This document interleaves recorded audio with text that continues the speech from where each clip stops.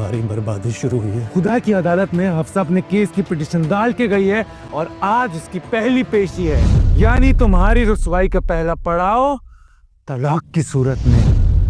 Drama शरपसंद की episode number 41 बहुत ही amazing होने वाली है। इस एपिसोड के अंदर ना मुकम्मल तौर पे खामोशी हो जाएगी, ऐसी खामोशी जैसे कोई तूफान थमकर अभी अभी रुका है।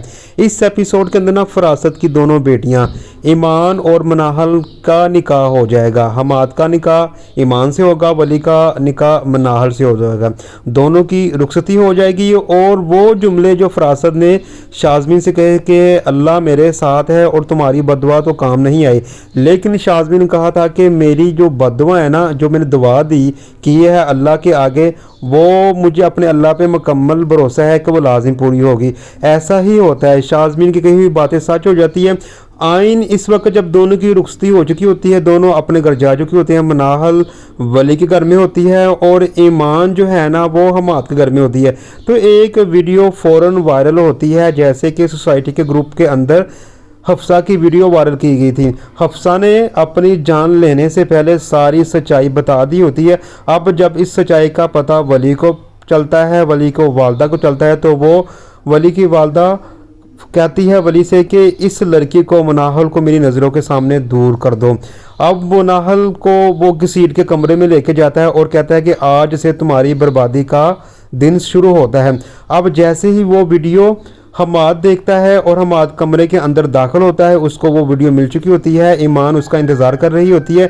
जैसे वो वीडियो देखता है, ईमान को बाजू से पकड़ता है गुस्से के साथ और कमरे से बाहर लेके जाता है। वहाँ पे मेहमान बैठे होते हैं, मेहमानों के सामने कहता है कि हफ्सा जब इस दुनिया से गई थी ना, उसने खुदा की अदालत में एक केस दायर किया था। उस केस की पैरवी का वक़्त आ चुका हुआ है और इस केस की पैरवी का सबसे पहला जो वक़्त है ना, वो ईमान को तलाक देने की सूरत में होगा। हालांकि यहाँ पे ना ईमान को तलाक ना दी जाए, हमाद की वालदा बहुत कोशिश करती है, लेकिन अपनी बात पे ना हमाद कायम रहता है और ईमान को वो तलाक दे देगा। लेकिन मनाहल के साथ क्या होगा, मनाहल पूरी ज़िंदगी के लिए ना रुसवाई की तरह वहाँ पे ज़िंदगी बसर करने के लिए तैयार हो जाएगी, क्योंकि वो जो थी ना बीच में उसका कसूर नहीं था, क्योंकि हफ्सा ने जाते हुए जो वीडियो बनाई थी उसने सिर्फ फरासत का नाम लिया और साथ ईमान का नाम लिया।